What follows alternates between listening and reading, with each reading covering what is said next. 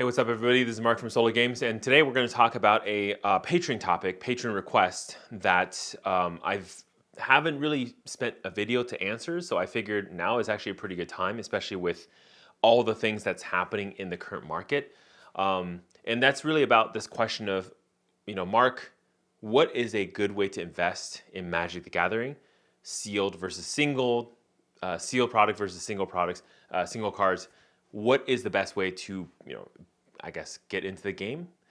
I was actually at an event this weekend, or sorry, not this weekend, 3 weeks ago, for Grand Archive. And I sat next to some gentleman, and he told me that, he watches my video, and he's really into, investing. He's even thinking about potentially opening, a web store and selling Magic cards, right?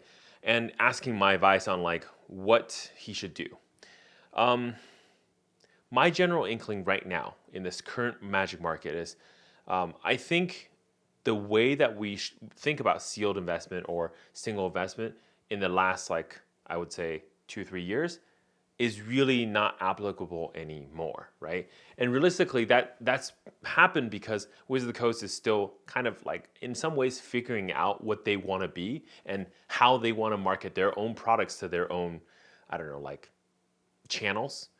And so one of the challenges you're going to face now is if you purchase, for example, sealed products, how are you going to be able to convert that? So one of the things that a lot of people don't think about is, when they think about sealed product investment, they think if I pay $110 for this booster box, the moment it becomes $160, hey man, I've made $50, right? $50 over my initial investment of $110, that's almost 50%, right? It's 46 or whatever percent. That's great, right? I've made a lot of money. The only challenge with that is most of the time, it's not that easy to convert. If the box is worth $160 street price, right? What you're actually getting in pocket when you sell it, especially if you use a platform, online platform, eBay, TCG Player, etc., you're going to realize really quickly you're going to be paying a lot of fees. You're paying probably around 12 to 15% in fees, and then you probably have to pay some flat rate number for shipping. Let's say about $10. So if you pay $10 for shipping and then about another let's just use 10% on the low end for fees, then now you've lost another $25 in your $160. So your $160, that sell price, has suddenly become $135. Now if you minus $135 from or take $110 from $135, you're now looking at $25 profit. So you cut your profit in half, right? So of course, obviously, the larger this gap becomes, let's say the booster box is actually $200, you're going to have a bigger portion because some of those things like the fees or the shipping, I guess, is a fixed cost. Or if somebody purchases a larger order, they purchase, let's say six booster boxes, right? You're going to have a much more favorable shipping price. So that's what the online platform is. But then you can say, hey, Mark, I'm going to go and sell this directly, right? At a flea market or whatever. So it's cash offers only. We're going to sell it directly and it's fine. And I would agree with that. But as you know, a lot of people, especially if you've been in the Magic world for a while, what is the general stance with when you sell direct with anybody? Where you say, hey, here's a card or here's a sealed product. It's worth $160 on TCG Player. What do you charge, right? You usually you give people 10% off, right? So essentially 160 actually becomes 150, 145 again, right? So very similar, and now you don't have to pay for shipping, but then you have to drive to the, whatever flea market. Then you have to go meet this person. So there's time. There's a lot of those kind of value. And then you take some risk, right? What if you get paid, but it's not real? Okay, so they scam you over I don't know, some PayPal currency, whatever, those kind of things. So there's also that kind of risk. And lastly, because you're not using a platform, it's really hard to find a purchaser, right? So using platform, if you're the lowest price for a certain product, sealed product on TCG Player, let's say you have 100 boxes to sell, you can probably convert all 100 boxes as long as you're the lowest price very quickly, right? We're talking maybe within 2-3 days, you could probably sell all 100 boxes. But, given that it's popular enough, given that it's not very expensive. But if you're trying to convert this locally, how many people can you find within, I don't know, 50-mile range of you, right? That will be willing to purchase booster boxes, this booster box, if you have a quantity of 100. So it's much harder to convert locally.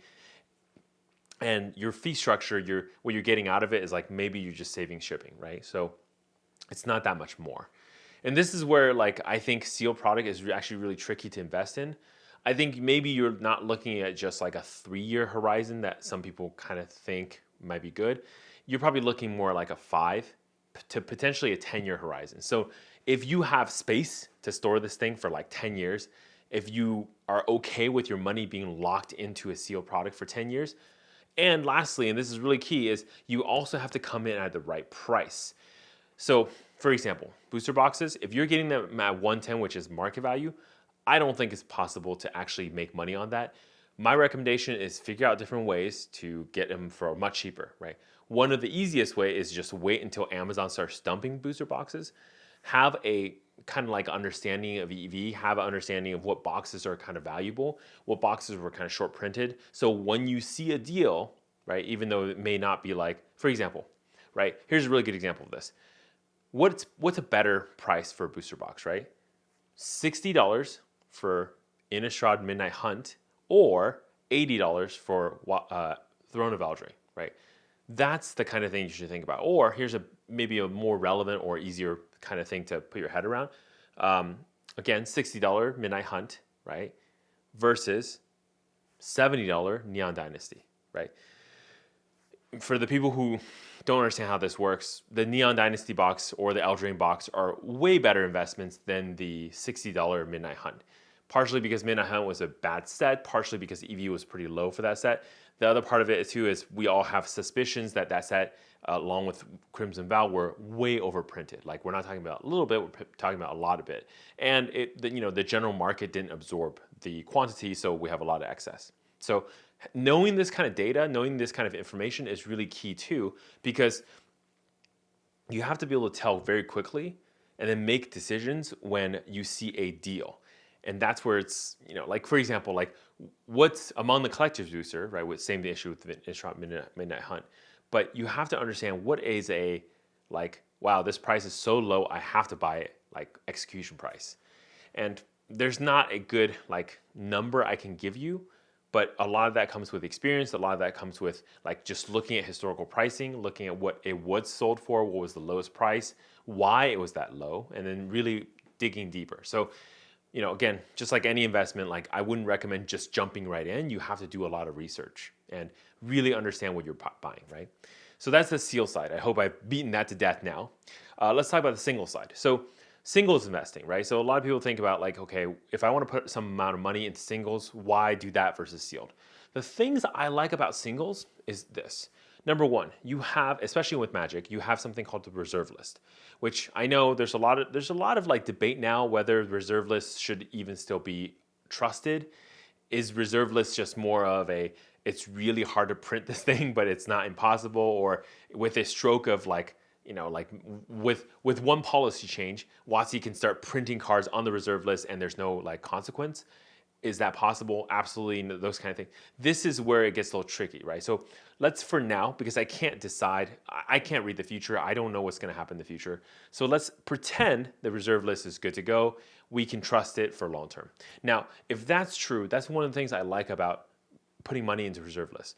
Reserve list essentially holds value on the cards because there's a given quantity of those cards. Reserve list essentially says, Wizard of the Coast has made some promise in the past that says we will not reprint any of these cards in any format that's like, it's not just reprinting this one with the art or frame, but it's like this card cannot be reprinted, period, right? New frame, whatever. The text, no card can be of the same text, like, type, character type, mana cost, etc. There's a lot of like very technical limitations where it basically says you can't print that same card, right?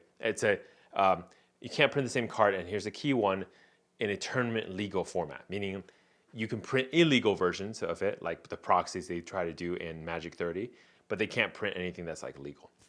That's essentially the reserve list. And then, of course, you have cards that are like really iconic and they're actually powerful. So that's the second part. Reserve list cards demand a higher price because some of the cards are very good. There's no replacement for what they can do, and they're the best in slot for that purpose. And lastly, they're just really, really like rare, right? So really the second point is the reserve list cards are actually pretty good too.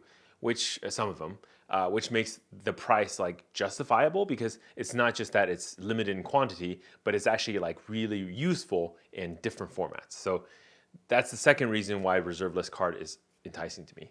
The third one, and this one doesn't really apply to old school Magic, but it applies to all singles, is that I like the fact that I can ship a single card much easier than I can ship a sealed product. This one is a huge benefit. I mean, like a sealed product like a booster box is really heavy, and the shapes sometimes are very awkward. So you may have to use a box, and it's like, the way that like shipping works with USPS, if you go over a certain weight limit, then like the price is all like really high. So you want to stay under like a pound, for example, for shipping through USPS to get the best pricing. But what kind of booster box? You can't ship a booster box that's under a pound, right? So most of them will have to go into a higher tier for like shipping costs. That's where it gets really tricky, right? With reserve list cards, with the single cards in general, well, I mean, if it's cheap enough, plain white envelope ships, right? And that's like 60 cents or whatever, forever is now like 70 cents. I don't know, 62, 65, 69 cents maybe. And then of course, if you're shipping something more expensive, I mean, what I do is I ship it in a padded envelope and you could still keep it under a pound, right? And so that's really nice where you can kind of convert them easier as far as like a card. You can also store them easier, right? So sealed product takes a lot of space. Single cards, like, I mean, you can have a binder. You can essentially have a binder. If it's really expensive, probably lock it in a safe. But you can have a binder or box that you can carry everything into. It's just really nice for that purpose where you can actually long-term store a lot of these cards in very easy forms, right? So that's why those are more interesting to me as a way to kind of invest your money than sealed boosters.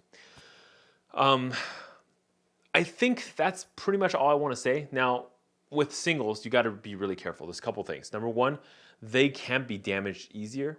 So sealed booster boxes are essentially waterproof or water resistant at least because they have a plastic wrapping and that's airtight and all that stuff, right? I don't know if it's airtight, but it's harder for water to get into it. Plus the packs inside are also individually wrapped with their own plastic. So it's really hard to damage a booster box, right? Now, I'm not saying if your house gets flooded, you're probably still going to lose those booster boxes. But just saying, like, in general, humidity can't get to them. However, with single cards, and this happens to me quite a bit sometimes, is you may just spill water on them, right? Or maybe you were like using your pen and you drop it on the desk and it rolls and it touches your card. And now the card is now inked, right? So you have these like potential problems with damage. Or, I mean, this is, again, these two examples are like where you don't have your card sleeved. Let's say you sleeve the cards, right? Well, what happens if, like, for example, you use bad sleeves and the sleeves leave like dirt or grime on the card, right? Or if you put them inside a binder and they get binder ding, like with the, where the rings are, sometimes they could crush the card if the sleeves are not put in the right way, or, the binder pages are not like oriented correctly. Those are all possible ways that cards can get damaged. The last thing I actually found out with singles that you have to be really careful even when you're sleeving them. I've seen cases, and I've done this myself sometimes, where I've damaged cards simply by trying to sleeving them, right?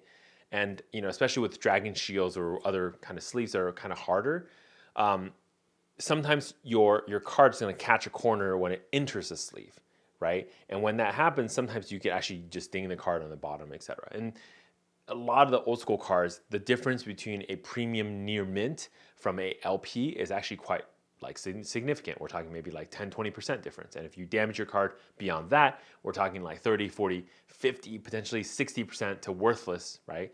If it's damaged enough. So that's why, like, I think there's a downside to singles is that it's harder to store. But in general, if you're really careful, and I would be very careful, if you double sleeve your cards, you store them in a nice binder that are like good for card storage, you're probably going to be fine, right? And so in that way, single investing is better than sealed. The last thing I want to cover is just in general about Magic the Gathering right now, right? So me answering this question about, let's say, 2 years ago is very different from answering this question today. One of my concerns right now is I don't know. The market is really turbulent. And again, like I said earlier in this video, I cannot read the future. I don't know what Wizard of the Coast can do or may do or, could screw us over. But right now, what is obvious is they need money And they also know that with Magic the Gathering is majority of where the money is. And so I can foresee a lot of different ways that they're going to try to squeeze us. And are they going to be smart enough to make decisions that won't cannibalize their future? I just don't have faith in that. I think I've seen a lot of like companies or CEOs really only care about what's going to happen to them during their tenure, right? So during the 5 years that they're there, they're going to raise the stock prices and do what they can to like cannibalize the whole business. Even if it crashes and burns after they leave, they don't care because they've already left. They've cashed out. They don't need the company to run for another 100 years, right? Perfectly. And so I think, there's a lot of risk now with Magic where if you're holding these kind of things and you really like it, I think it's fine. I would just continue holding these things because you like the cards, you're going to use them, etc. But honestly, if you're kind of new into this and you're trying to, invest in Magic to store your wealth or even potentially make some money, I would say be really careful. I'm not saying no. I'm just saying be really careful. Do research. Think about what and why you're doing it. And maybe there's a better alternative, maybe an alternative card game that you can invest into, or maybe a different thing that you can actually put your money under, right? Again, not a financial advisor. I'm not here to tell you how you should get financial freedom through Magic cards, right? That's not the purpose of this. But what's important is that you have to do your own research. You have to understand why you're doing what you're doing. And just like anything else, I guess, in life, it's not going to be easy, right? And there's going to be cases where you feel like you made a mistake. I've made plenty of mistakes doing what I do, right? So there's that. If you want to get more into it, my recommendation is if you know very little about Magic, you should really do some research. You should really spend some time thinking it. Maybe you should do mock investments where pretend like you buy a card and then see what happens in a year, right? With that card and convert it, sell it as if you are, just do almost like mock stock trading type of thing and to see if it actually makes money within a year or two, whatever. And don't be afraid that you're losing time because again, that time is more valuable spent not losing actual money, right? So you don't want to make a mistake by jumping in before you're ready. So spend time, spend a year or two, maybe even, really thinking about these things, right? Again, it depends on how much money you're about to invest, right? I have no clue about that. So that's what I would recommend. Right now, it's a really turbulent market, but it also could mean that it's a really great market to jump in because of the turbulence, there's a lot of cards coming into the market at a very good price. So there's always that. That's going to do it for me for today. Mark, SolarGames. I hope that answers your question about sealed versus single investing. It's not all rosy news, but let's just stay classy. Thank you.